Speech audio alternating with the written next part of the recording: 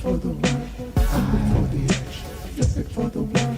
Out of the casino, out of the casino, out of the casino, out of the casino, out of the casino, out of the casino, out of the casino, out of the casino, out of the casino, out of the casino, out of the casino, out of the casino, out of the casino, out of the casino, out of the casino, out of the casino. Flip it for the edge, flip it for the world, flip it for the edge, flip it for the world, flip it for the edge, flip it for the world, flip it for the edge, flip it for the world. Tall tales gotta burn downstairs. Seven times from a make room of jazz. 10 tall tales go burn downstairs. 7 times from a make room of jazz. Casinos are you downstairs. Out of the casino, out of the casino. 7 casino, out of the casino, out of the casino, out of the casino, out of the casino, out of the casino, out of the casino, out of the casino, out of the casino, out of the casino, out of the casino, out of the casino. Flip it for the edge, flip it for the world, flip it for the edge, flip it for the world, flip it for the edge, flip it for the world, flip it for the edge, flip it for the world.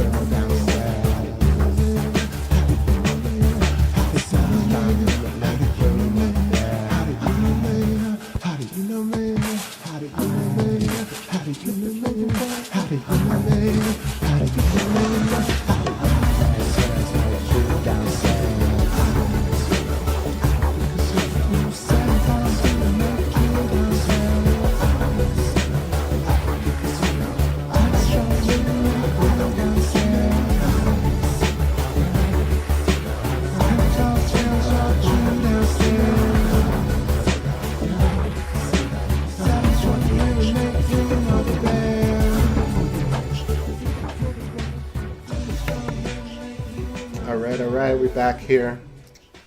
Another space stream. Getting up to the 800s, I'm sure. Or probably top high 700s. But yeah, thanks for stopping by, everybody. We got our half cookie moon, our first quarter moon, 52 point something % right now. Pretty far west for me, but we got some nice clear viewing. Intermittent cold turbulence, so you'll see a little bit of blurriness, but yeah, sharp up at the Apennine mountain range, Imbrium. You see what is it, Autolycus, Archimedes, Imbrium, just right under the Terminator, looking really great. So yeah, I see some people in the chat just hopping to say what's up to Bryce, good to see you. Genghis Khan, what's going on? Migs, nice to see you. Mr. 1-to-1, hello peeps. Hello to y'all. So yeah, I'm a little cooked today. I'm a bit tired, but I figure we got some beautiful views, got some tunes, got some drinks. So let's jam for a little while.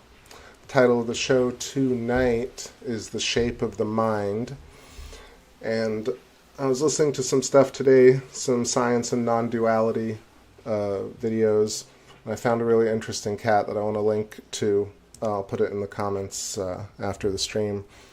But this guy, it was very interesting because finally somebody references Alan Watts in the way that I reference Alan Watts, and he's a mathematician. I want to say Edward something, completely escaped me, but I will link to him. But if you look up the Science and Non-Duality Sand YouTube channel, you'll find the latest video. It's quite fun. I found myself agreeing with him on a lot of points. But I came to the same conclusion I always do, which is people have a hard time coming to new conclusions about things. I think we're at an interesting age where people are much more willing to question the status quo in science and to claim there's a crisis, but they're much less ready to actually propose something, putting things together.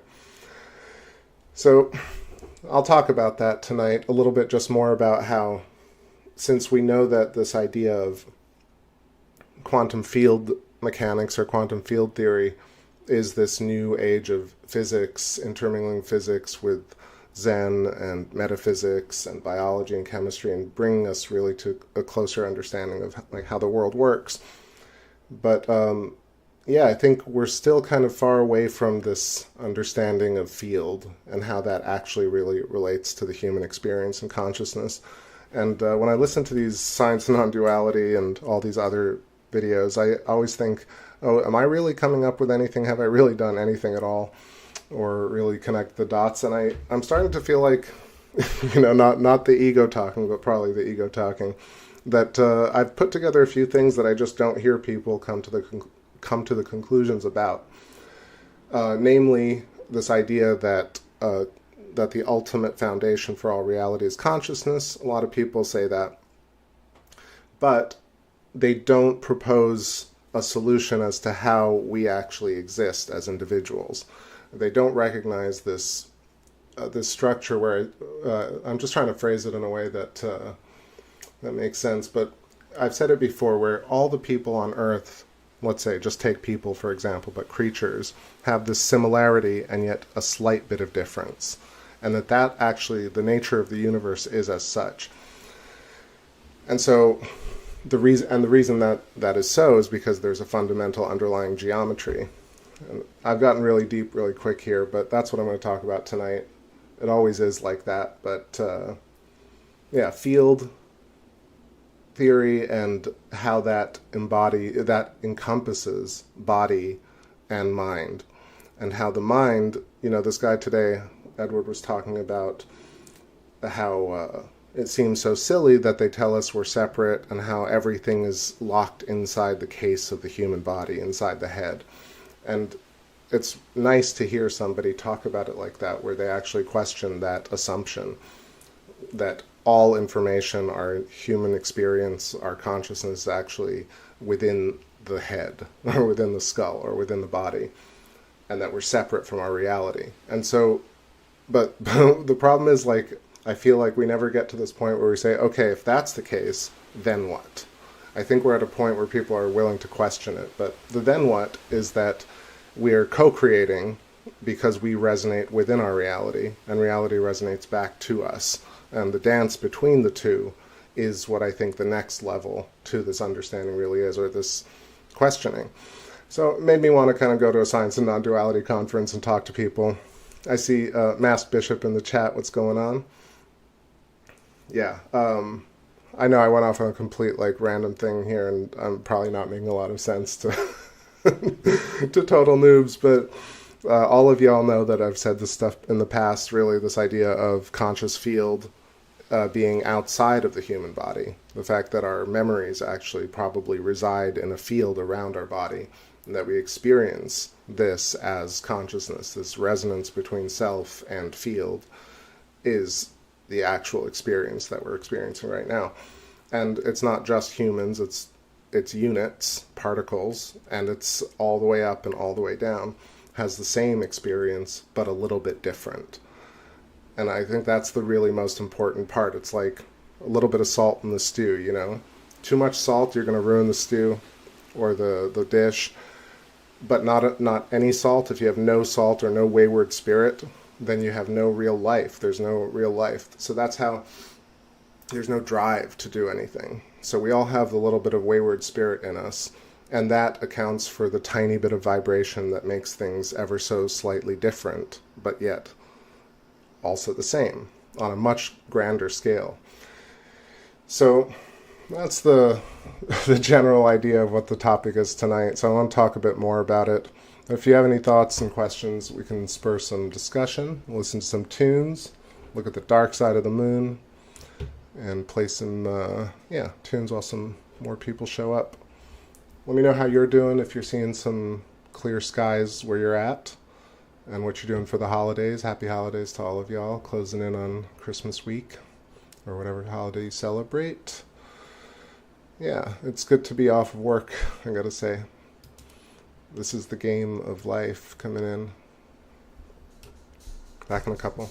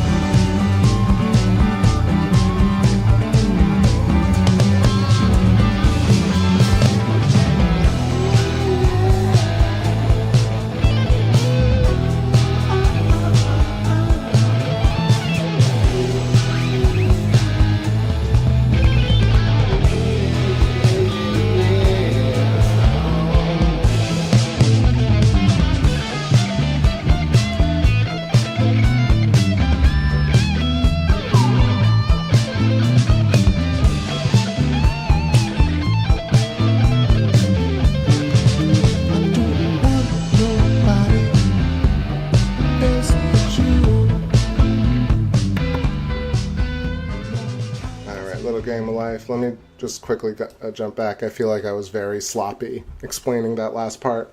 So I linked it in the chat. The guy's name is Edward Frankel, and it's a Science and Non-Duality YouTube channel. No, I don't want you to leave and watch something else, NGC. Of course not. But I didn't want to forget talking about this guy, because it's very interesting to listen to people who have actually done a bit of the research. You know how I always complain that you hear these scientists in the alternative science community. I'll give you an example, like Pierre-Marie Robitaille is connected to Alexander Unziker and Stephen Crothers from Thunderbolts Project. And then you have Jeffrey Walensky and Daniel Archer commenting on that, and some people coming from suspicious observers, and you have this kind of crosstalk.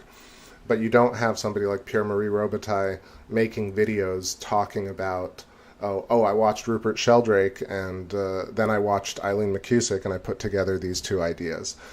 It's just a simplistic way of explaining it. But that's what I'm always like, why don't these people listen to all these different voices and put two and two together? And this guy, Edward Frankel, did a lot of that in the first half, and then he references Alan Watts. And I'm like, okay, this guy, I think, I'm actually a little bit impressed here.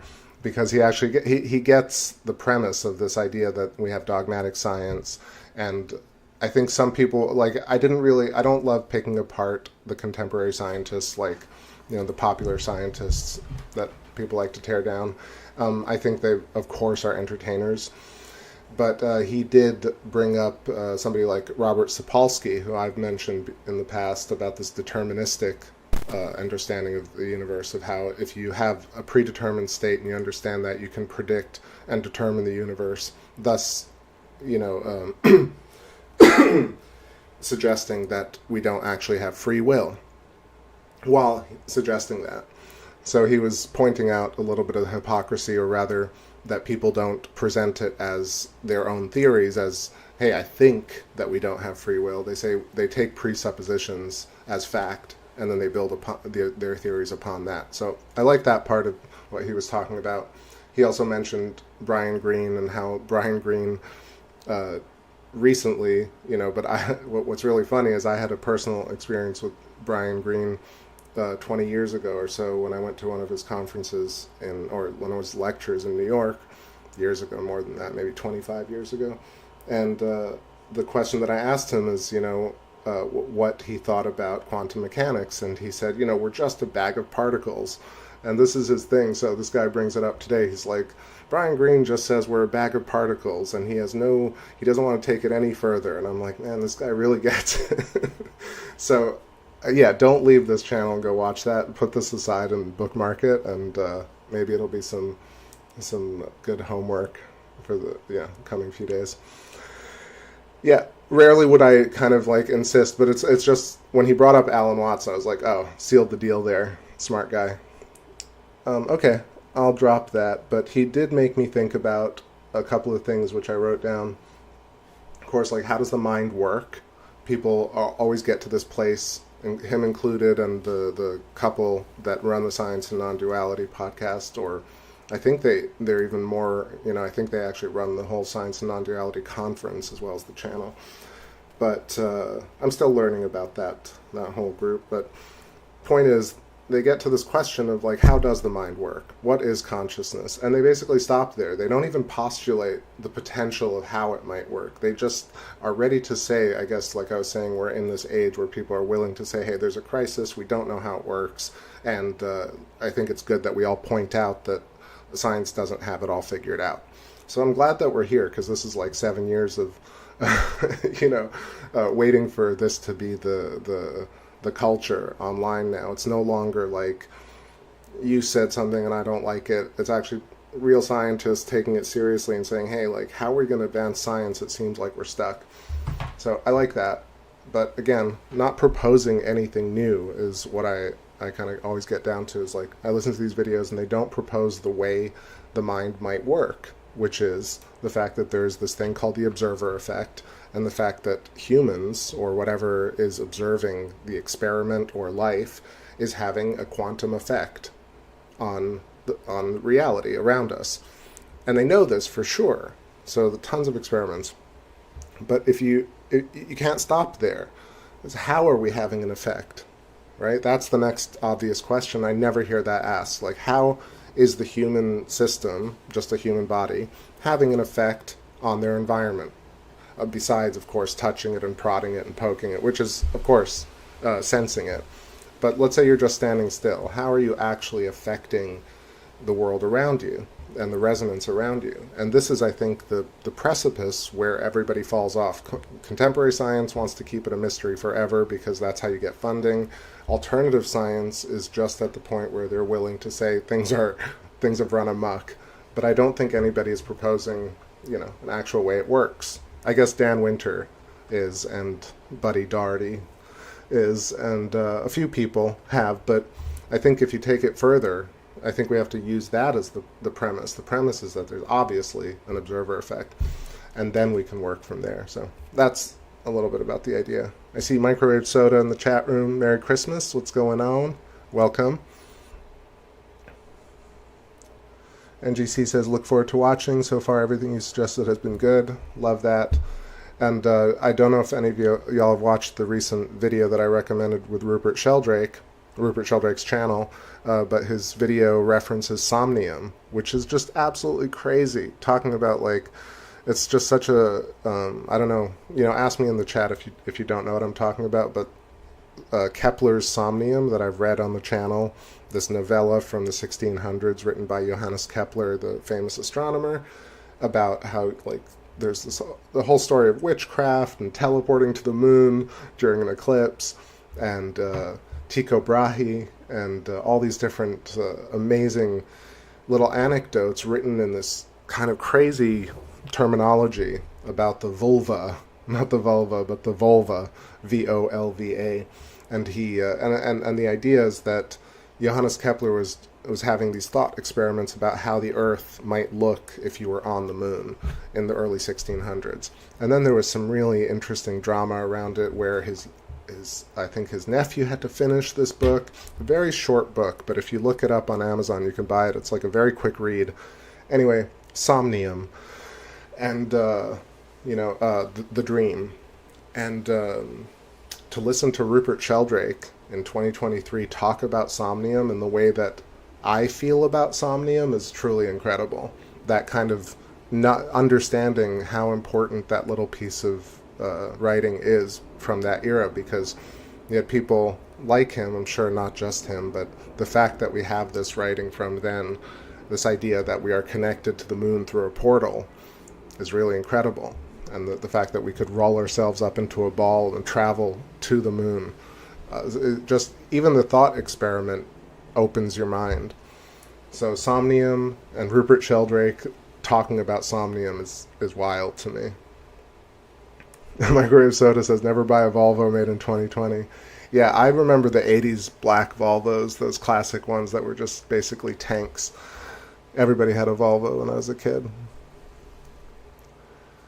NGC says, man, that Dan Winter is a wild one. Yeah, so if you've never heard of Dan Winter is the white-haired genius, the kind of Doc from Back to the Future. And I'm not making fun because he's clearly absolutely got this idea of collapsing the ether around us, this implosion idea, the fact that the terminology he uses and the technology he's developed is absolutely just mind-bending and amazing. And I think, I could say that it's above anybody's pay grade, but it's really not. I think watching him is above a reasonable person's pay grade because of just how fast he goes and the terminology he uses, and also the fact that he kind of giggles at his own jokes every couple of seconds. And there's this other part of it, of course, the whole ufology, alien, Galactic Federation part of it that you might have heard me talk about, which really I'm still struggling with in terms of how I feel about that, because I know that a lot of people believe that this stuff is real, and somebody like Dan Winter could, the fact that he really buys into the Galactic Federation, Elena Danaan, the entire Gaia TV kind of alien exposure, ufology disclosure movement thing. If you followed me for long enough, you know how I feel about it. I've moved away from all of that because the idea that we're ever going to get disclosure is pretty ridiculous. The story is way better if we never get disclosure, and that's more like it in our reality. So accepting reality is just knowing that disclosure is always going to be the carrot. Why would it ever be disclosed? It's not for, there'd be no reason for it. And of course, the more likelihood that the technology that we see is developed by humans. or a form of human, and not something that we don't understand, something that we do understand. Yeah, Dan is like Grandpa from Rick and Morty. I know. But yeah, so to go back to what Dan Winter has, what I think he has correct, and, I'm sure it sounds really obnoxious for me to say that I know anything. This guy's actual, electrician, mathematician, has theories and papers and stuff. But from what I garner, this idea of ether, or negative space, or dark matter, or the field, that's not matter that we see. So anything outside of matter that we see, he calls, he does call it field. What does he call it? Reinserting yourself back, like, what is it? I haven't watched him in a few a few months. What was he calling it? Like hexagonal planar lattice.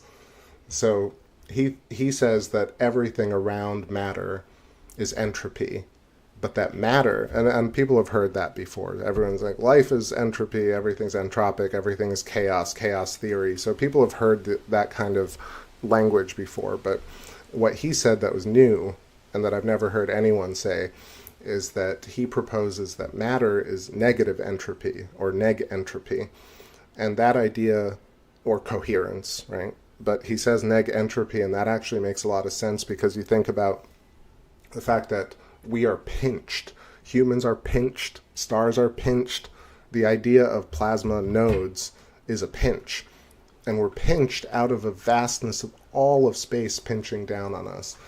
And so this idea of neg entropy being the form of matter, and entropy being, the entropy collapsing into that, is a great idea. And it's a great way to explain it. And he does a much better job of what I'm doing here. But if you take it even further, the idea that our eyes are projecting emissions, our whole body is projecting emissions, but let's say specifically our eyes are collapsing, or creating neg entropy out of entropy.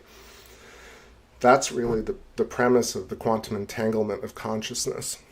So I know I'm going off here, but there are a lot of thoughts that I've been having listening to all these different people and putting together the dots. So again, I don't want to have my feelings about ufology affect my ability to listen to somebody like Dan Winter from a purely scientific vantage point, and listen to all the other stuff that he's talking about besides the ufology stuff. And I chuckle just because, like, it's hard to really get a grasp on it, because he and Elena Danaan have these talks, and the people who talk about the Galactic Federation are so committed to this idea and committed to the story that it's really hard for me to even have an emotion about it at this point, except to say that I don't see any actual reason that it should be real. But if it is real and I'm wrong, that's fine. But it seems actually strange, because I think that if you ever flew on a spaceship, or if you ever teleported, or if you ever saw a creature that wasn't human, it would be very hard to contain that. I think that this idea that people do this thing where they have experiences, but then they don't feel like they've had those experiences, that's where I have my, I guess, issues with the whole disclosure ufology thing. So I don't want that to hinder the ability to listen to Dan Winter, who's actually brilliant, and I do recommend just listening to the guy because he has so many brilliant ideas. So that's one idea. Have I said idea enough? Let's play some songs here, take a little break, and I think I need some water too. What do you think about what I'm talking about? Oh yeah, Microwave Soda says, probably a mind portal to the moon is the only way to really get there. I think where I would go to in the Zen mindset is like, why would you want to go to the moon? It's why is going to the moon a concept which mirrors the grass is always greener feeling. Like, is there really a reason to go to the moon? And where I would get to is accepting the moon and the situation that you're in at the moment that we're in is kind of this higher, maybe what I feel is a higher ideal, or a more difficult ideal, let's say, to accept that the moon is what it is. We don't have to do anything to it or go to it for it to be more than it is. But I do agree that probably a mind portal is actually a really good idea. I think we do it now. I think I could ask each and every one of you to imagine yourselves in 5 different places at once, and you could do that. Speaking of that kind of the science and non-duality thing they were talking about, this woman came in and asked Edward a question, said, I found myself in 2 places at the same time.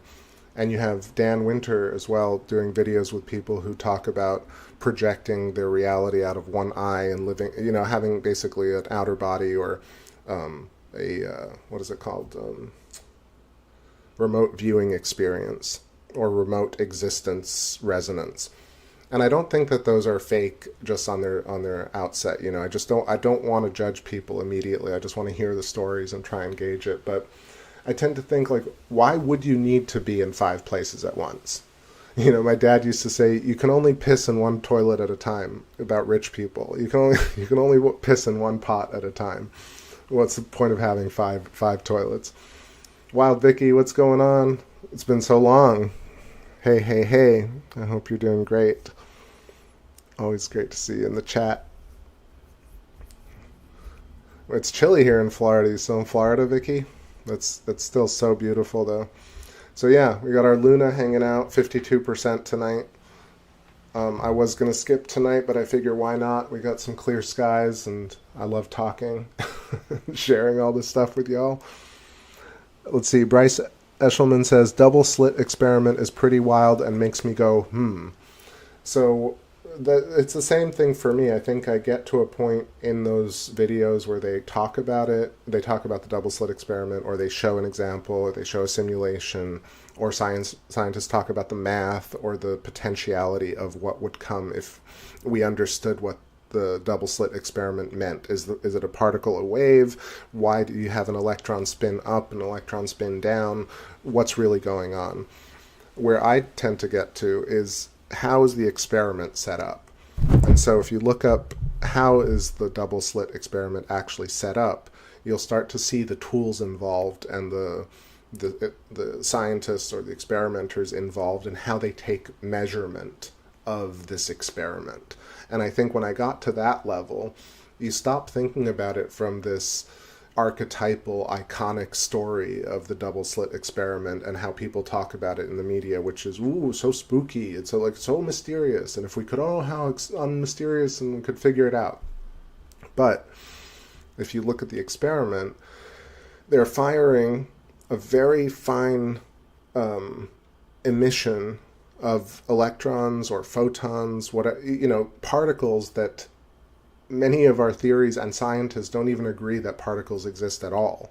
They think that particles are resonances or probability functions or potential electric discharge, but they dissipate almost immediately. So it's hard to capture a single point of reality that isn't vibrating. That's, I think, the essence of it. But let's say we could find a point.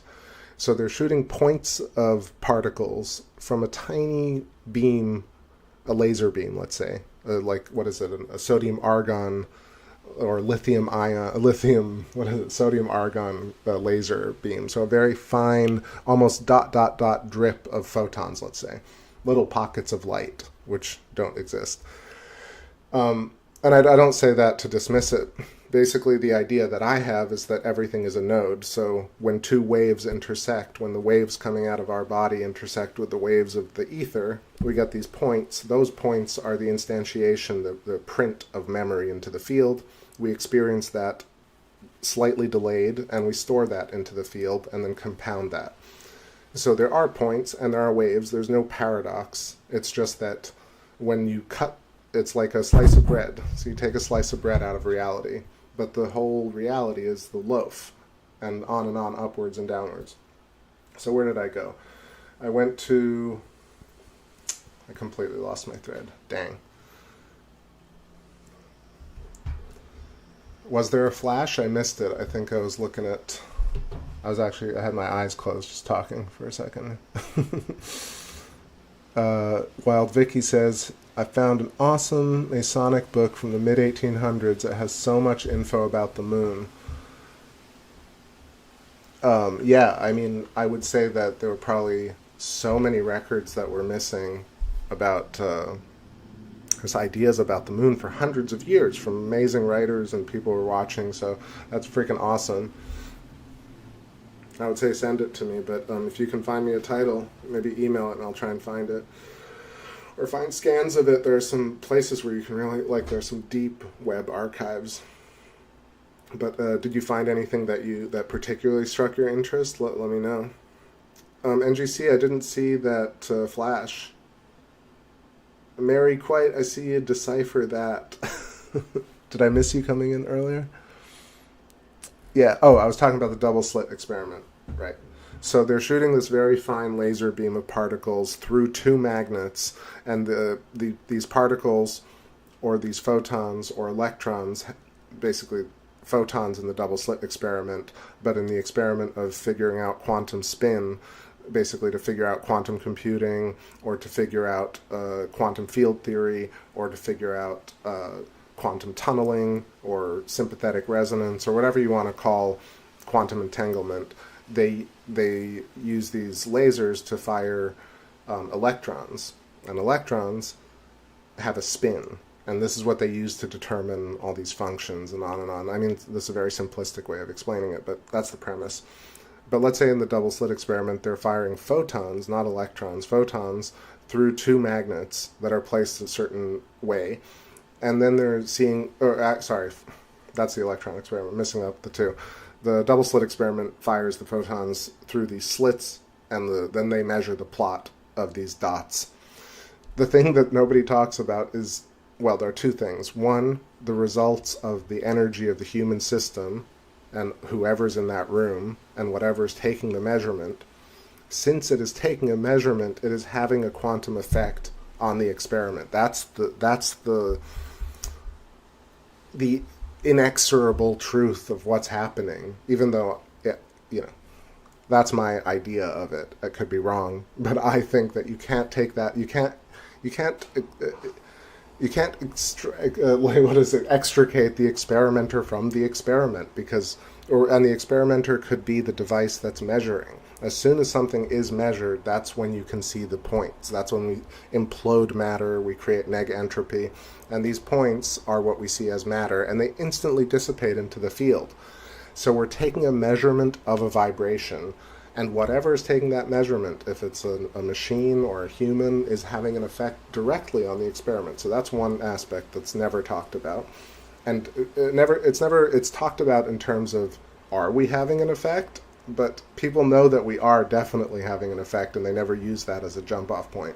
Then two, they don't talk about the fact that once you set up an experiment and you're firing things through a laser, through magnets that you've set up, this is how we create reality.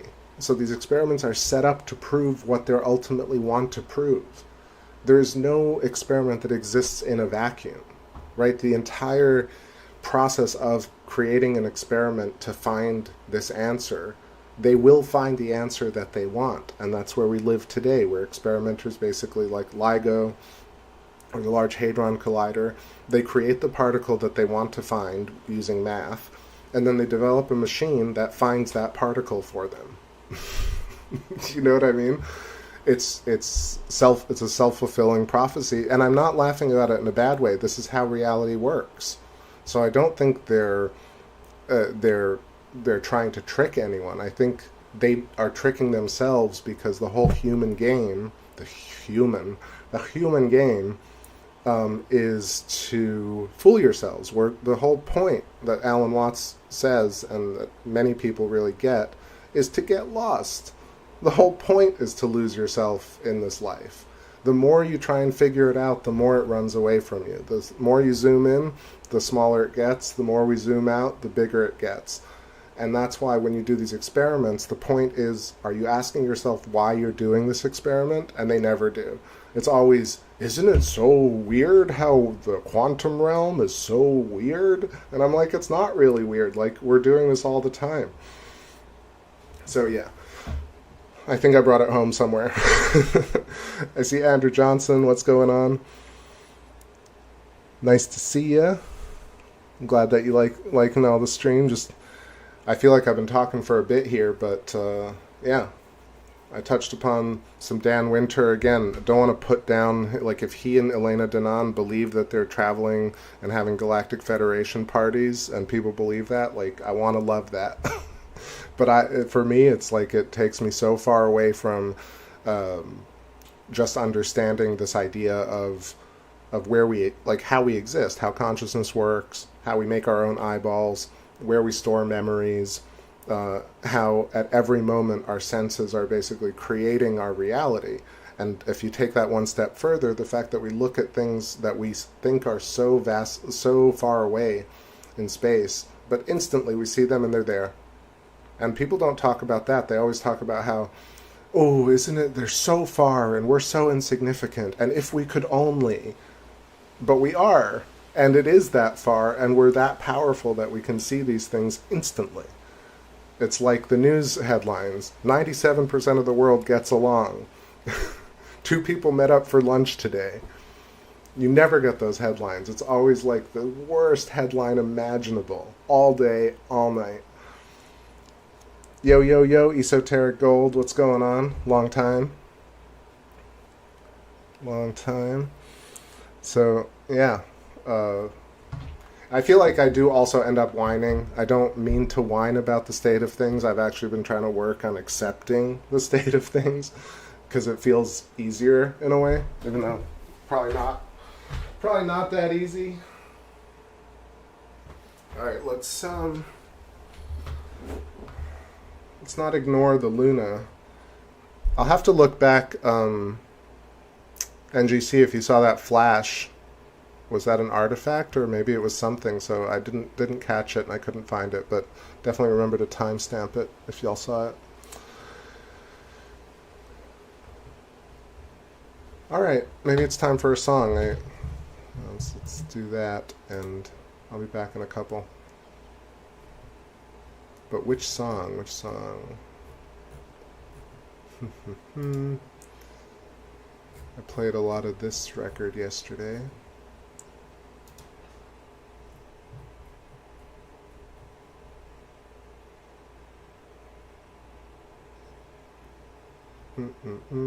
Sorry, just thinking here what I want to listen to, what I want to play for y'all.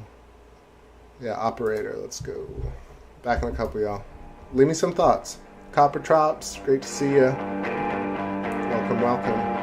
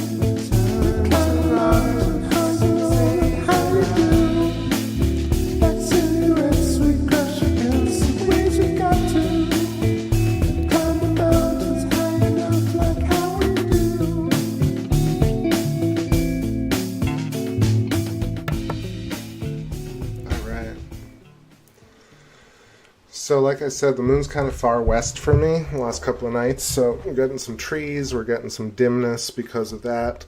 The edge of the porch, trees, and also, I don't know, I just guess the angle is like that.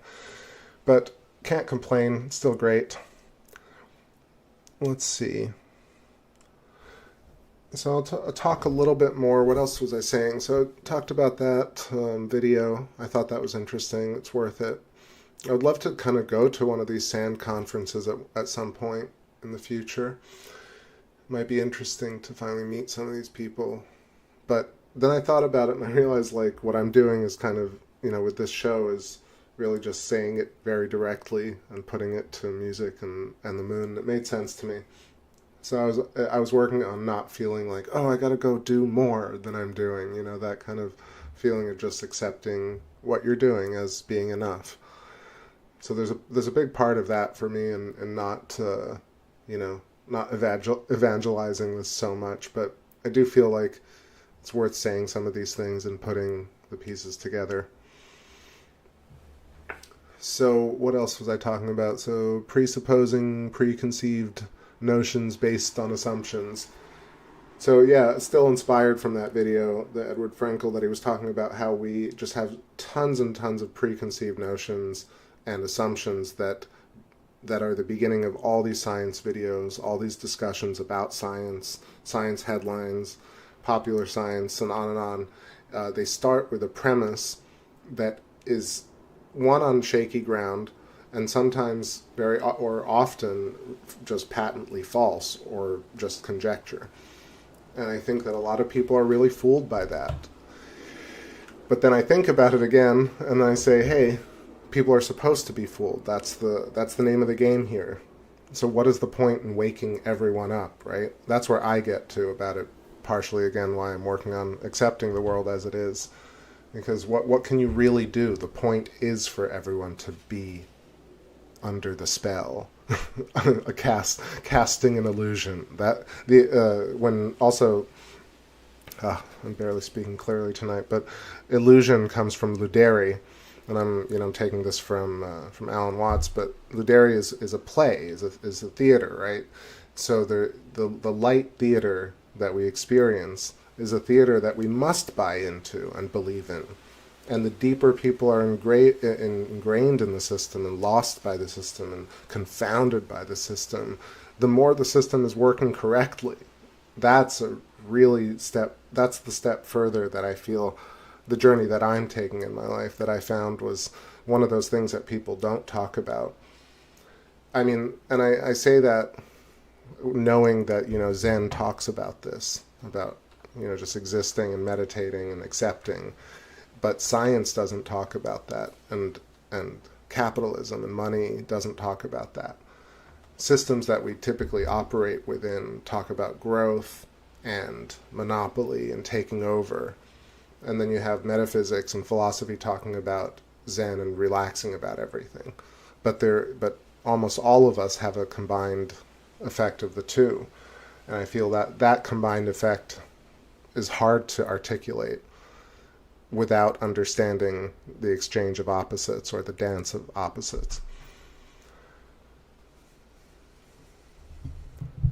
So, let me see what's going on in the... Holding two stethoscopes, telescopes with a shoulder injury. Yeah, I mean, the shoulder injury is just the repetitive motion of doing what I love doing, which is playing guitar, working online, and doing astronomy. The three things I love doing most, cause me pain. Isn't that poetic? And perfectly understandable within this theory, or this idea. Esoteric Gold says, I hear you. This girlfriend of mine, she healed her car accident issues finally by removing all pesticides, medications, chemicals, and rebuilding her body with organic whole foods diet. I mean, again, you are what you eat. You know, that's cliched but true. Food is debris of our reality. It's made of the ether. And what you put in, and also conceptually, I think that there's a big factor here which we also are not taught, and the dogmas to completely say, hey, we have no power over this. But the placebo effect proves that we definitely associate physical concept, like we associate resonances with pills and food and water and all sorts of intake into the body. We apply part of our own idea, or we resonate, we sympathetically entangle these concepts with our own idea of what these concepts are when we ingest them. So I feel like there's a big part of self co-creation of what these drugs do, of what foods do. So, and this idea of also inverse proportions, when you go from a very bad diet to a very good diet, that extreme polarity shift can also create a shock or a surprise.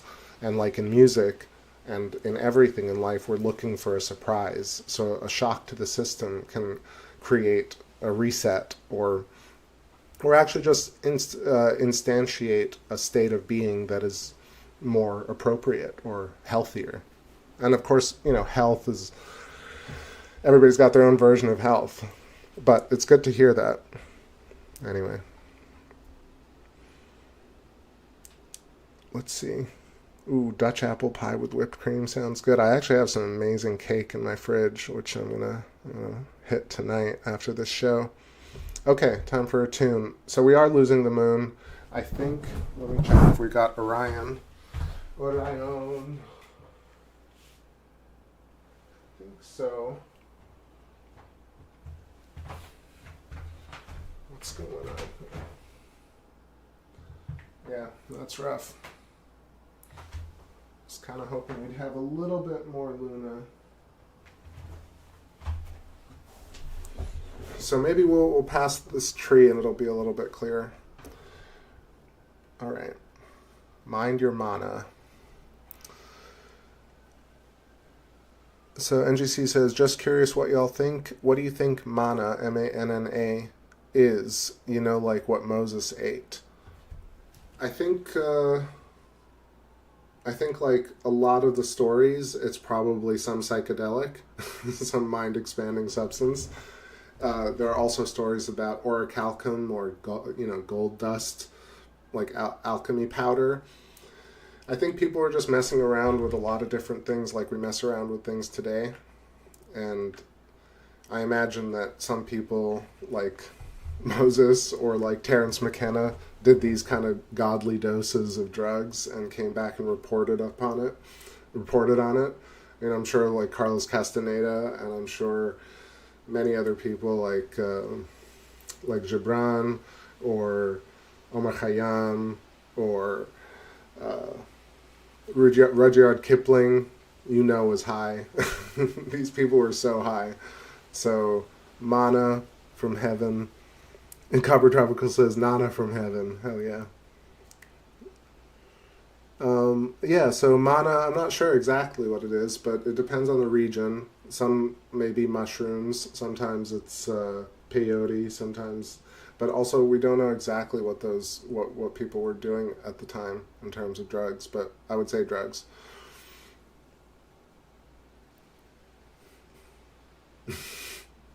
I mean, but at the same time, yeah, it could be mushrooms.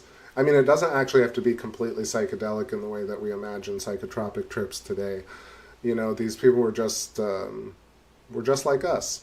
I think that's a huge part of it. We've been fed a history, again, in order to become fooled by this illusion that we don't know our past, and our past had to be tampered with or tinkered with, and we just don't trust our past. But I think people were as capable as we are today. I think life had to be as capable as we are today to give rise to life, as capable as it is today. So it's something I've talked about before, but this idea that, yeah, actually, two things. I'll get back to it. But what I want to say is that, oh, yes, there was a point on Earth where there was no life, no consciousness, and then there was. And people, talking about these assumptions that people just take as fact. And scientists just preface every discussion. I've heard it like hundreds of times, hundreds of discussions where they just say, no. Yeah, you could question all these things, but at some point life arose on Earth, or life emerged on Earth, or life came out of the oceans on Earth. And I'm like, if there were oceans on Earth, then there was life on Earth. Oceans are life. This idea that we've made I haven't made a distinction, but we've been fed a distinction about water and Earth, that somehow this is not sentient stuff. It just has no agency. Earth has no point, has no understanding of itself. And oceans on Earth, the whole Earth, have no life in it. There was no life, and then there was life. And this is an assumption. There's no way of proving this.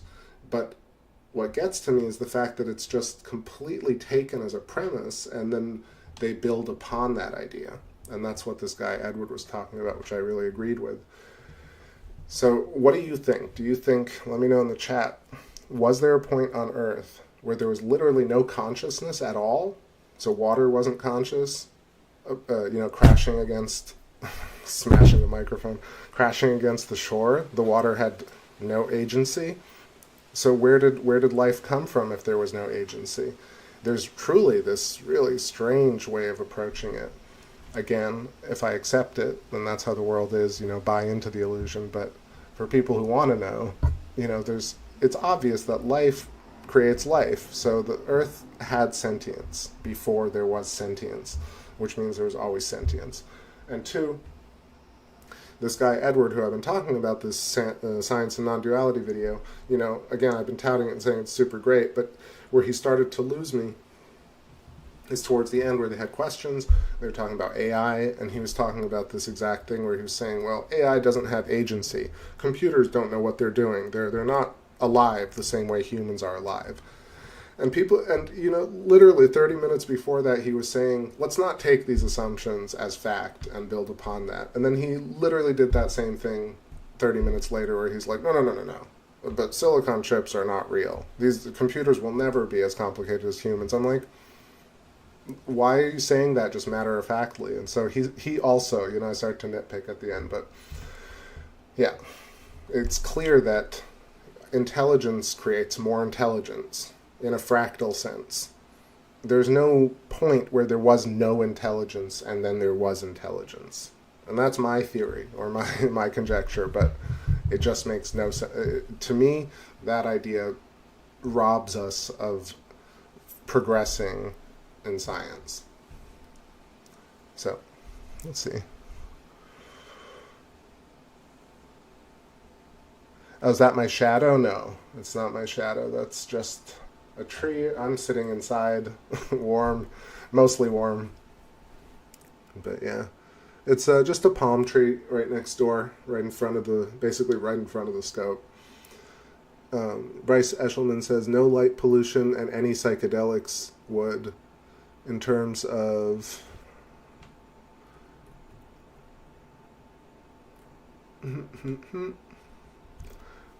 yeah.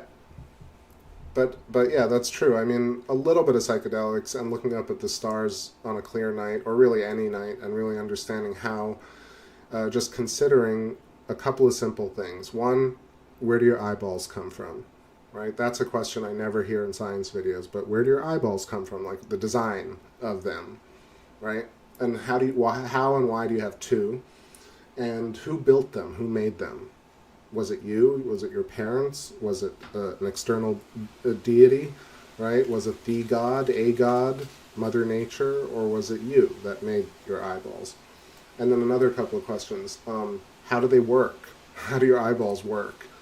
And then, and once you get there and you have some sort of, at least some vague idea of how that might work, you say, okay, well, if that's the case, then how am I seeing things in space? So there are 4 questions right there. who made my eyeballs, how do they work, how am I seeing things, and of course, who created the design for this. And I mean, I could go on, I could make up more questions, but those are some very fundamental, very straightforward questions about our own eyes and about sight and vision. I could talk about vanishing point, I could talk about parallax, I could talk about any number of things, but how do your eyes work? Who made them? How do we see things? Like, why aren't those the preeminent videos? Why isn't that the first thing that astronomers talk about? And then, again, this guy was like, oh, I don't know anything about biology, can't talk about biology. I think he got a question from the audience about consciousness in cells. And I'm like, all you have to do is look up Michael C. Levin, or look up, like, Bernardo Kastrup, or, like, any of these cats, and type in conscious cells, and the guy's a brilliant mathematician. Like, it would have taken him 20 minutes, he would have figured it out. Of course cells are conscious. This is the whole attribution of, like, saying, hey, our cells are doing all this stuff, our blood cells are doing that, our proteins are folding, our DNA is twisting, and we have all these letters that make up the instructions, the human code. Think about all these terms that most people have no concept of what they actually represent in real terms, but they just take it as fact. That's why I say something like, who made your eyeballs and how do they work? Even though those are very difficult questions, they're right there in front of you. I mean, they're right there for you to explore and consider. But this idea of, oh, what happened 3 millitrilliseconds after the Big Bang? Like, who does that help? Does that help you do anything in your day-to-day life? But I bet you, if you understood how the eyeballs were made and formed, and how they worked, and how you saw the moon and the stars using these eyeballs, it would actually improve your existence. Yeah. Migs, take care, take care. Catch you on the next one, friend. Mr. One-to-One says, how do we see things in our mind? Well, I don't think it's in our mind. I think that's just an idea, because people, again, have been taught this idea that everything is within the body and within the skull and within the head.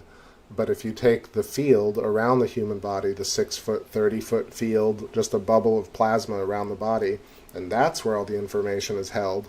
And the human body is not only the producer of the field, but also the receiver of the field. So we're basically the ionic, the cable structure, or the apple core to the human field, which is like an apple, the rest of the apple, the flesh.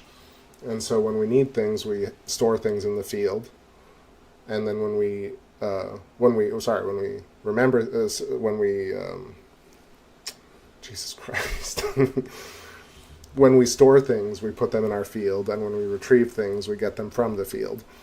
And we use a method of sympathetic resonance or quantum entanglement to retrieve these and to also store things. It's this two-way process. And our eyes are basically two lasers that basically cross into a point in this perfect geometry to create these focal points in a latent space. The same way AI is creating these generative images, we are doing this in real time, creating our reality with in our focal frame of reference. The same way Buddy Daugherty talks about chirality and these hop vibrations, or basically the shape of these spirals and resonant vortexes of overlapping geometry, creating our fundamental reality. But people, I think, the majority of people don't feel like we're doing anything. We're just the receivers of this information. And scientists go out there and say, hey, you don't even have free will. You're not even part of this. You're just an observer. And even the people like Donald Hoffman who are willing to take it further are like, no, it's like wearing a headset. You're not even real. This reality is not real. And I think people get lost in the word illusion. People get lost in that time is not real. I feel like that's not what people experience. You experience time, the passage of time, as real. You experience memories as real. You experience this reality as real. The whole point is to not constantly fight reality. I don't know. I mean, that's not the point for everybody. The point is that we all have different experiences. The point that I'm trying to make is that we're able to sit here and talk about a different way of looking at it. Mary Quite says, our eyes have memory. I would say that of course our eyes have memory. How do you think things stay the shape that they are? Right? The idea of memory that made me understand it is thinking about the idea of all of space impinging or squeezing down onto a point. But this point of matter, this node, chakra, brain, human, active galactic nuclei, moon, any point instantiation of matter that we see in this reality has consciousness. And I'll explain how you can prove that. Again, this guy, Edward, was saying transistors don't have intelligence. They don't have agency. But I would say that the fact that you can't put your finger through a table means that it is conscious of its field.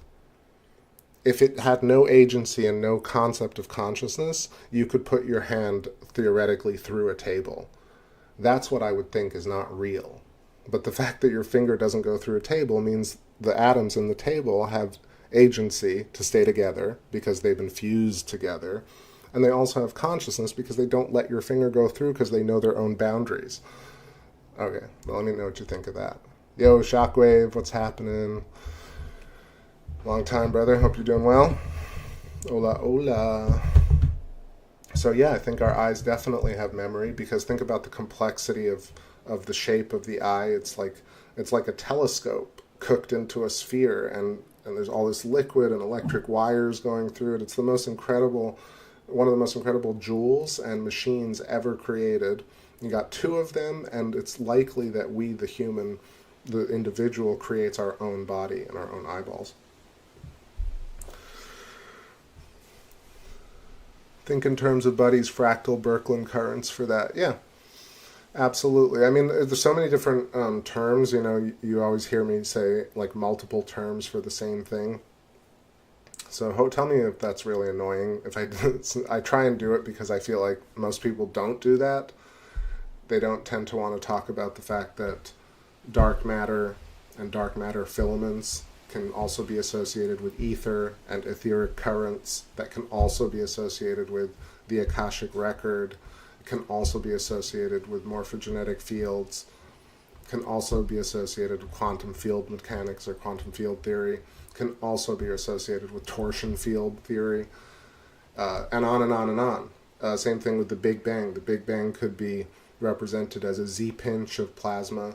The Big Bang could be represented as a single instantiation point when two transverse waves meet and create like points like ripples in a pond. The Big Bang could be associated with a thought, a single point of light, or an atom, or the center of your eye. So I feel like that's an important thing. It made me confused when I used to listen. So, for example, again, like Dan Winter talking about entropy and neg entropy and how we propagate into the matrix, right? And people think about Matrix and then they think about the movie and streaming code and the story, right? But then, or they think about a veil being pulled over their eyes by, an elite group of people, or by the powers that be, or the entire world illusion.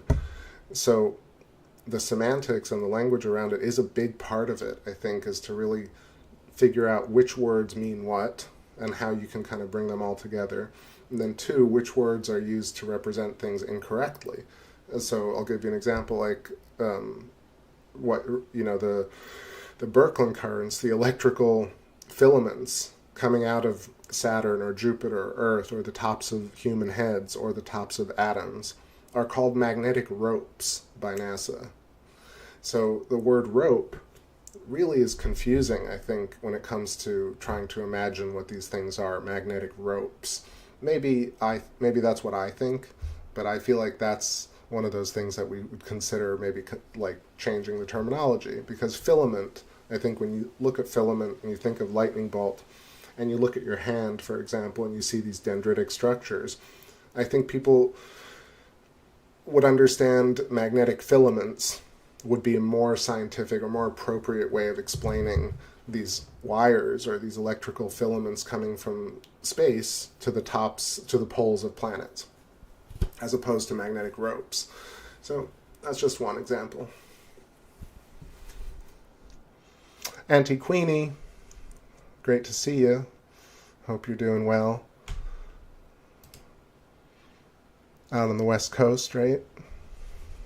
Hope you're having a lovely evening. Let's see. I'm just reading some of these comments. Mr. Wonder One says, I mean, without eyes, how do we see things in our mind? Well, because our mind is not inside the body. The mind is 2 points meeting outside the body. The human body resonates with these points, so we experience them. And we say that that's happening in the mind, but we think that the mind is in the body. But if you take the mind as the body, the human body, plus a 30-foot quantum etheric bubble around the body, plus the human physical body as the whole body and mind, then I think, this is my personal derivation, but I think that that's where we see and experience things outside of the human body. Let's see.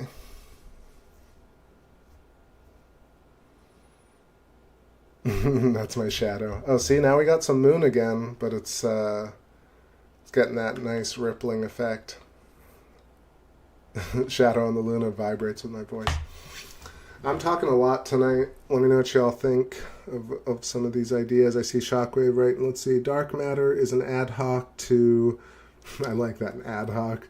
To account for gravity not being strong enough to hold galaxies together. We know the electric force holds galaxies together. No need for dark matter. I'm not sure, like, if I would phrase it that way, maybe, or again, my derivation is that it's a balance of the two. It's the nodes are so powerful when the negative or potential dark matter filaments or etheric filaments or the unified consciousness field of potentiality, when these tubules that are not lit up cross and create nodes or z-pinches or matter, an instantiation of matter, that these points are so powerful that they radiate and the entire universe pushes, impinges upon them. And so the amount of the amount of radiation and the resonant structure of these nodes is, I think, the counterpoint to how much, I guess, is what creates what we see, the different shapes of what we see, the fractality of it. So the reason we are a human body shape or a particular shape of the archetypal structure, and that we look like a human and not like, let's say, a leopard or an alligator or a spider, is because of the certain type of resonance and the amount of complexity of the fractal. And I feel like this makes more sense because then everything is a version of this, which gives you the consistency of life and the consistency of experience with the little bit of the wayward spirit, the Yetzer Hara, or the idea of a little bit of salt in a stew, or the little bit of rascality. Everything needs a little bit of vibration to create its originality. But the essence of life is extremely consistent. Shockwave says, then you're not talking about dark matter, but something else. No, if you look at, like, I mean, I don't mean to be, like, dismissive, but I mean, like, dark matter and dark energy in terms of popular science, in terms of general relativity, is presented as a large portion of the universe. It's there, it's matter that we don't see. And the way it interacts with matter is not really discussed in common science, or at least not as far as I've heard. But I have gotten deeper with that and realized that they do say things like dark matter filaments, which is interesting. Electric Universe, on the other hand, says that electricity is all you need to describe all the things. But I think, again, I've nitpicked Thunderbolt's project because I feel like that's also too dismissive of of all these ideas. Like this idea of dark matter is falsifiable, the Big Bang is fake. Like I don't like, honestly, I really don't like doing that anymore because it really is way too dismissive. There's obviously things like the Big Bang going on because that's how reality works. I think the ridiculousness of the Big Bang is trying to find out what happened 3 seconds after the Big Bang happened. You know, a trillionth of a second after the Big Bang started, what happened? That's where science becomes lost. But the fact that something like a Big Bang could happen is not something that is so outrageous. And I think presenting science on the back that, okay, this is what common science and popular science says, and they're a bunch of idiots, and so no dark matter, no Big Bang, and here we go. I think they'll lose a lot of people. I mean, I don't care what they do really, but for me, as somebody who's watched Thunderbolts for years and years and years, you know how much I learned from them. I don't think it makes sense to throw the baby out with the bathwater. Yeah. Let's see. Astralis Ren says, I think people use term dark matter as filler, but there's a canvas, a plane, a tension, the in-between. I think if you want to be simple about it, if you look at your own human body, your legs and your arms and your hands, there's a huge amount of space around your body. And that space, the air or the particles, and if you blow smoke into it, you'll see these crazy laminar flow, these vortexial effects when the smoke outlines the reality around us. And these twisted reality filaments, this whole nature, you could call air dark matter. Because I'll give you an example of the potentiality, the infinite universes concept, and the collapsing of the wave function. So put up your hand, and you'll realize that your hand is in a single state right now. But the universe has to account, or you as the universe, has to account for every possible state your hand could be in next.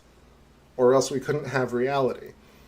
So if you take your hand, and the next move, if you turn it to the right, every single one of you will turn it slightly differently. But you'll all be turning your particular hand in a certain way. That similarity and the slight dissimilarity is the balance, is the whole game. That's what I think. So dark matter could be the Akashic record. Dark matter could be the potential quantum field. Dark matter could be what's not light, what's not visible. It could be a concept. Let's see. Anti-Queenie says, yes, West Coast, but not at the ocean anymore. I'm on the east side, high desert. Yay. The stars look like someone spilled that. I know, that's just such a view. Well, lovely to hear that. Great, great, great.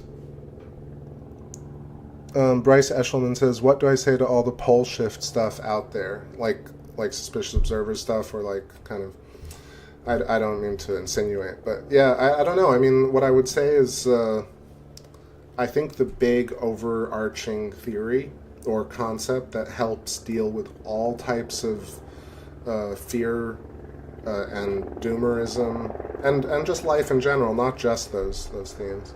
Okay, I know they got the helicopter in the background, but it's all good. It's all good. Yeah, pole shift. Like, I think when we take into account that one, life is amazing. Even though it's terrible, it's also absolutely amazing that we get to experience things. 2, that life works itself out. 3, that there's no point in worrying about things. So you take a few of those to start with.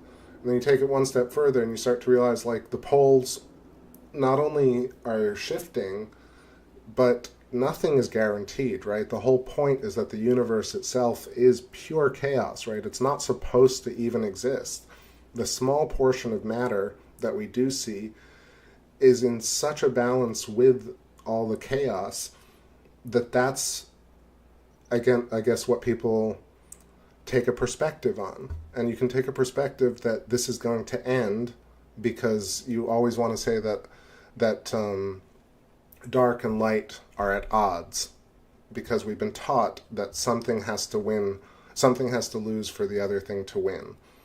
Right? This idea of the yin-yang, or the balance of the universe, is not conveyed in a wholesome way or a holistic way. It's conveyed in a, one has to beat the other in order for things to get forward. And that's really not the case. The case, and if you think about it in terms of, you can only see the stars because of the background. You can only see humans because of the background. You need the background in order to see the stuff. You need the nonsense to see the sense. You need the dark matter to see the matter. That's why throwing out dark matter, I think throwing out the way we talk about dark matter is a good thing. But throwing out the concept of dark matter, I think, is baby with the bathwater, which again, it seems like people are stuck there. Let's see. Shockwave says, again, dark matter was theorized to add to the visible galaxy to hold it together. It needed for... Yeah, I know, but one party says you need dark matter, and one party says you only need electricity. But I think it's a combined effect. It's a combination of the two. You know, I'm not sure if that's if we're arguing or if we're disagreeing or agreeing. But I'm just taking it from. Let's see. What kind of matter is it before it's oxygen? So, I think the idea of that I heard that I like the best is that everything, let's say, is light and vibration, and the vibrational frequency of the light determines the elemental structure of it. And so the periodic table is basically made of high density light, and the more it vibrates, the higher density it is, the higher up the chain it is in terms of either the DNA chain, the genetic code, or a periodic table. And then what I heard even further, which was great, is that if you imagine the periodic table as a vortexial structure emanating from a Z-pinch, and you didn't look at it as a grid, as a periodic table grid, and you just thought about it as a single type of information vibrating at different frequencies, creating the entire periodic table, I think that's a much more holistic and thoughtful way of approaching it, because if you look into it technically, you'll see that it is valence states. It's basically more and more complex atomic structures create these different elements that we have, and there are elements being found constantly. But they're basically iterations, fractals of the original source. And that's how you can tell that, again, tons of similarity and just a little bit of dissimilarity because of the frequency vibrations and the balance of that frequency within the greater field, which itself is also us. Shockwave says, we are in disagreement about the use of the term dark matter for anything, as it's a false theory and a fake word. Again, the last thing I'll say on it is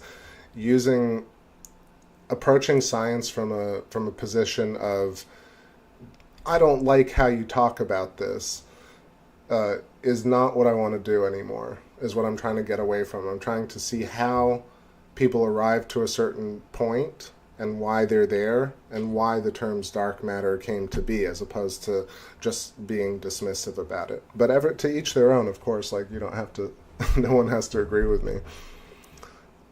Yeah, I think it's actually, I don't want to say it's ironic, it's actually,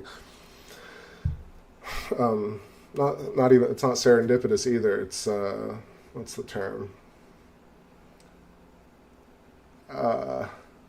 I think it may be synchronistic, or I think it just let's say there's a beauty in it, or there's a harmony in it, in the fact that there are so many different science perspectives, and yet they're all talking about the same thing, right? It's the same way that humans, let's say, could be portrayed as apertures of the Godhead. Each of us are gods, goddesses, and everything in between, and the entire spectrum, right? And then you could also say that, no, we're the weakest things, and we're in no control, and how are we here, and completely lost. So you have the gradation of perspectives.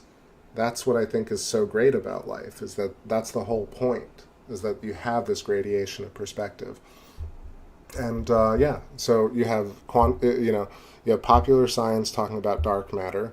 You have Thunderbolt's project talking about how electricity governs everything, but we really never got a field theory explanation from any of the Thunderbolts project lectures, or not a lot of them at least. I mean, I've watched so many. And you listen to Pierre-Marie Robitaille, Sky Scholar, he doesn't talk about field theory. And on and on. So people don't want to, they almost just dismiss it outright, and they just move on from this idea. But there has to be some sort of field going on, right?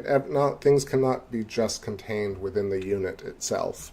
It just doesn't make sense that way, at least not to me.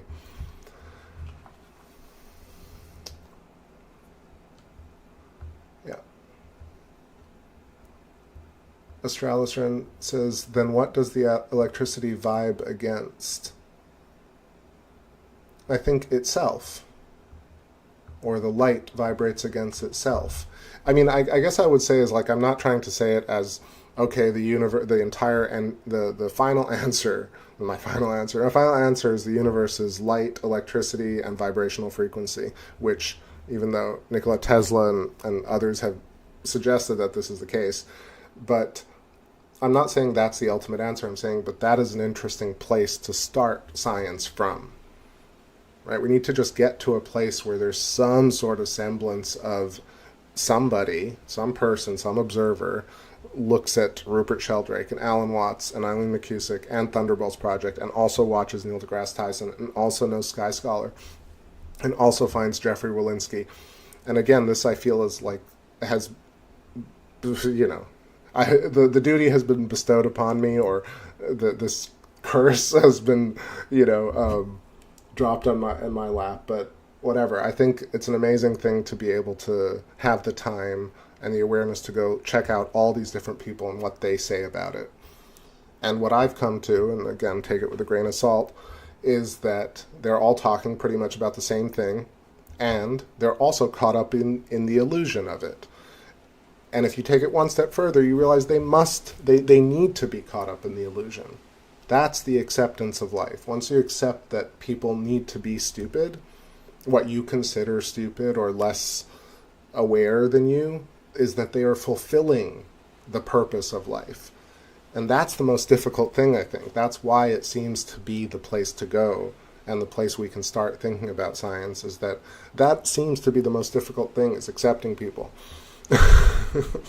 And usually the things that are the most difficult yield the best and most worthwhile results. So saying that dark matter is a fake thing and it's just fake, and let's never talk about it again because these people are hucksters and NASA lies and blah, blah, blah, and it's all fake, then we've lost the ability to talk about all this work that's been done. Because sometimes a lot of work can be done, but then the perspective on that work might not be correct, but that work is not completely lost or worthless. It's like saying all this art that's been done because the artist turned out to be a terrible person. This is what people complain about a lot. Like, can you disassociate the artist from the art? In a lot of cases you can't, but in a lot of cases you can. Like, if you listen to the scientists at NASA, these people sound sincere and endearing, and they sound like they're working super hard and they really believe what they're talking about. So you're going to completely dismiss all these people because of our alternative science dogma? You know what I'm saying? Anyway, let me know what y'all think. Let's play a song here. I think I gotta go actually. Take a little break here. Shockwave, last thing here. It says, the universe is the charge of objects within it, and the potential between the matter and its varying sizes that creates the momentum we'd see. I think we're saying the same thing, man, honestly. Like, just a little bit different. Similar things, but just a little bit different. Alright, back in a couple, y'all. What am I playing here?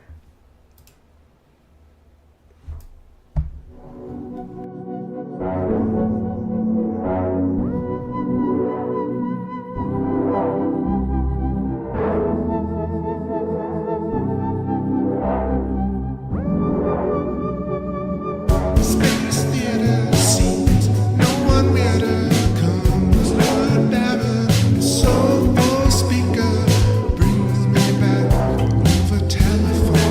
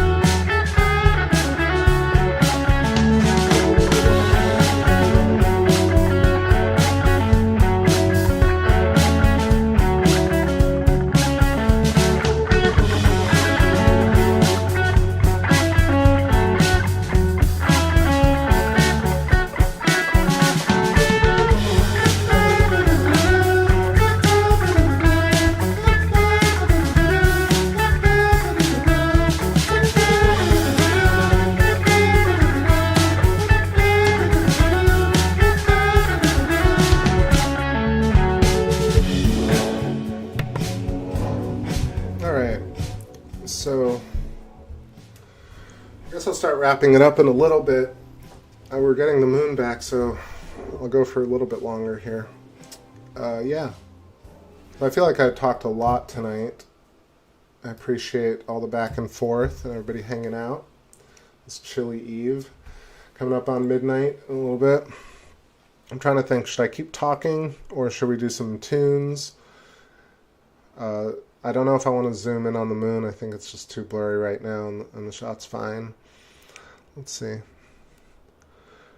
was talking about dark matter, preconceived notions, the sand video, Rupert Sheldrake. I think I've touched upon everything tonight. I mean, yeah. I think I've said what I have to say tonight. Unless you have any questions for me, let me know. So, let's see. Astralis Ren says, I'd say potential equals dark matter. But that's just me too. Vicky says, star water. Our stars create water and distribute it across the vast space. I think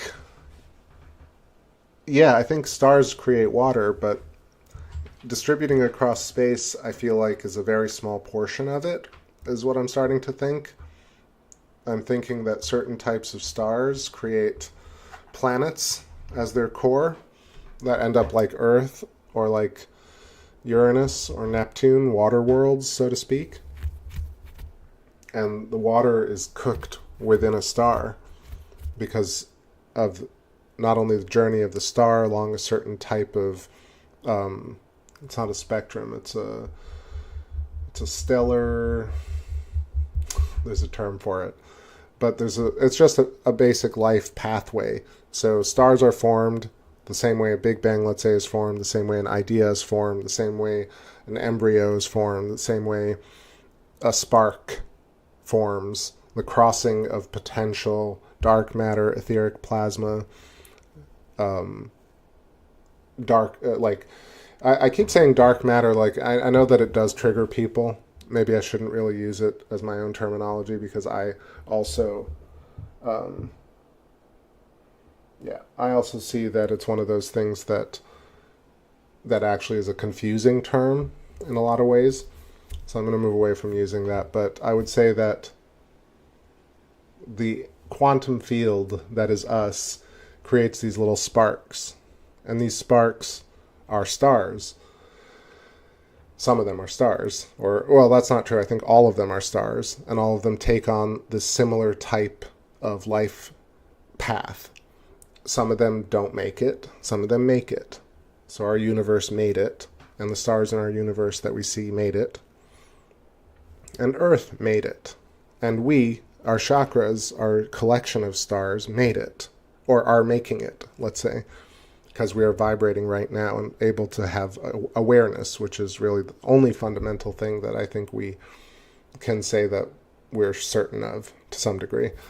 I think there was a question earlier that I might have missed, so let me know if I didn't answer it. I don't ever mean to dodge a question. I just sometimes go off on tangents. So Shockwave says, potential is the electric force that is 1,000 trillion times stronger than gravity. So I don't argue this whole gravity thing. I think, again, gravity is a loaded term because there are a lot of people who are like, gravity is an invented thing, da-da-da-da-da, and consumer science or popular science just loves gravity and using gravity to explain everything. So I think it's a completely loaded term as well, but I think you can't throw it out. The same way you can't throw out dark matter. I think gravity is a way of describing certain things that happen in our universe. That's how, a way to maybe unload it.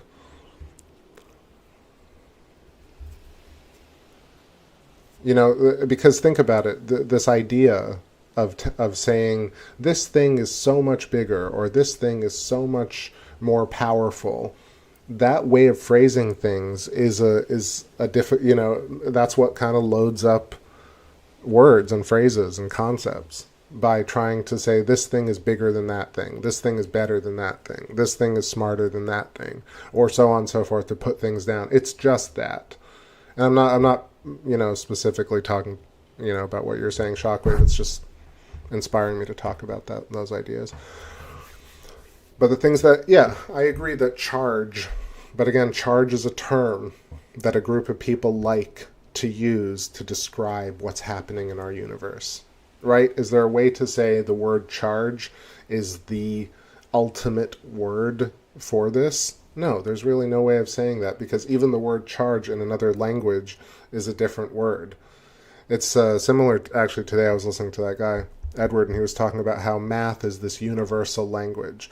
A math formula in this language is for, once they come up with a mathematical formula or math law, that's for everybody on Earth. It belongs to everyone. And I'm like, that's super obnoxious, because there are different ways of approaching math for everybody. I don't know.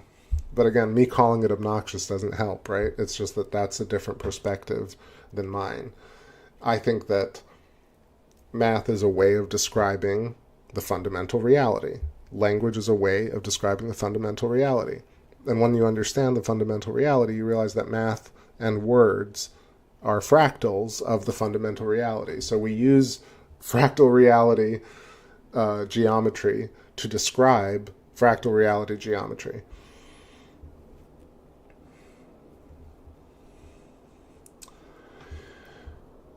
Let's see. What other thoughts?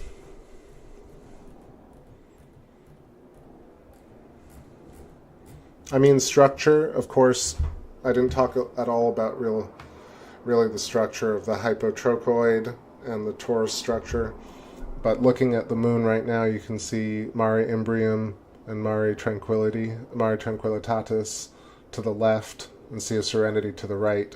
And you can see the shape, basically a cross-section of a torus, and you can see the hypotrochoid, or the pinched plasma tube, and you can even see a little white dot right in the middle of where a Z-pinch would be.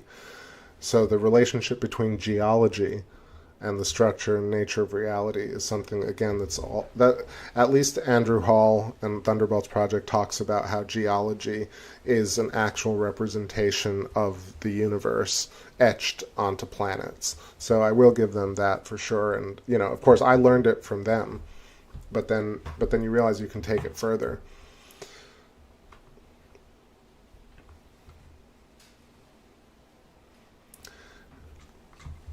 Let's see. What else is going on? Maybe we'll play a song here.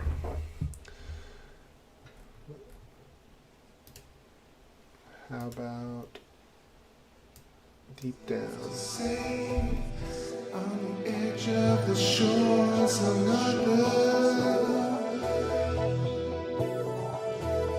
say yes to the night, blue like the city. Your love was the only simple way. Oh, deep down in this jungle, deep down, sleep now in this jungle, dream now in this summer. And when you feel the wind is so long, no matter the deal, silent and watching, no friend, how you feel. All my life, oh my, that depression, hold to life and all those simple needs. And what was life with no one so pretty? I hear you will soon find your sacred way. Oh, deep down in this slumber, deep down in this jungle. Sleep now in this jungle. So what I feel, we live so long, no matter the deal, silent and watching, no friend like you feel. Waiting for you at the edge of the line, waiting for you at the end of time, waiting for you at the edge of the line, waiting for you at the edge of time, sing with you at the edge of the line, sing with you at the edge of time, and watch for proof as a simple black magic. Listen to me with a little touch, listen to me with the truth of magic. I can do what I said on my time.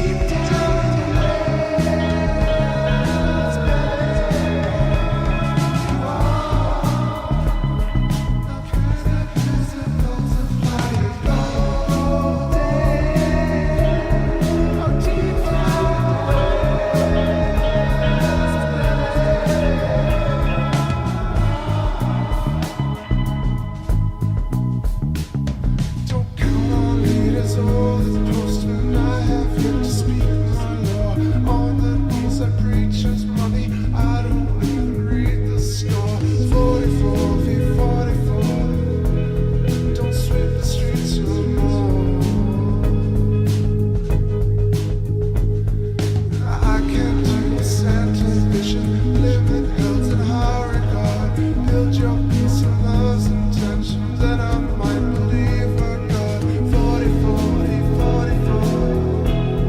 Not count the sheep no more. 'Cause you're going deep down in the woods, baby.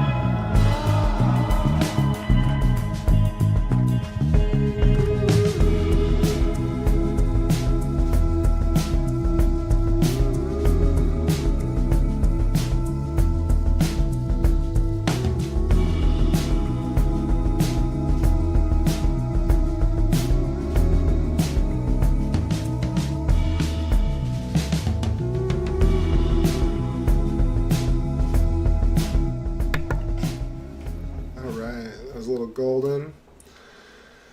Alright, so gonna wrap it up here. We're gonna close out with some Prism Dagger requested. Let's see where, let's cue it up. My Astralis friend, thank you. Appreciate all you hanging out with me tonight on this chilly evening, rolling up to midnight. I'll be back in a couple of nights, maybe tomorrow, maybe the day after. We'll see. Talked a lot tonight, I think. I hope it was fun. It was fun for me to kind of just release and vibe and resonate and just free form. Think about all these different things. I mentioned at the top, definitely check out that sand science,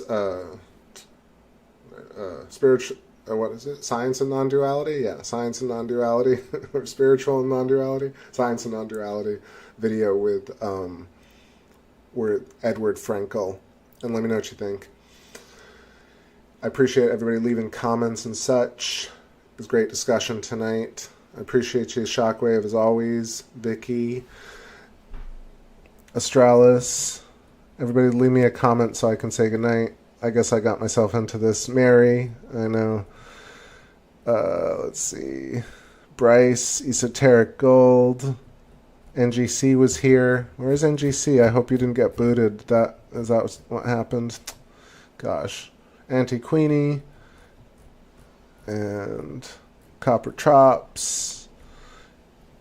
And Genghis Khan, and Microwaved, and I think that's all I got over here. Sorry if I missed you. Hope you have a great day tomorrow if you're catching this. Let me see, what other, do I want to have any other thoughts? Yeah, so one other thought, that last thing is this idea of where the energy comes from in electrons, and where humans get their energy from, where the heat comes from, the electricity, because we're electrical bodies. And this is one of those, of course, never talked about things, is the fact that we're connected directly to space through these filaments. Just feel like I need to say that every time I do a show, because it's just one of those things that people don't talk about. They're like, yep, totally isolated. People are not connected to space, but we are absolutely, in my opinion, connected to space through filaments, be they invisible or not to you. But we're directly connected in all directions, omnidirectionally, with filaments to space. That's where all the electricity comes from. In our bodies, you know, it's not just, it's just metabolism, it's just chemistry. No, it's an energy from the entire universe flowing through each and every one of you and me. That's what I think, at least. I'll check out that videos about Star Water and all the other stuff too. Yeah, much love to all you guys. I appreciate you so much. This is your captain signing off on another amazing space stream. It always is with y'all. I'll see you real soon. Bon nuit. Let's land this shit.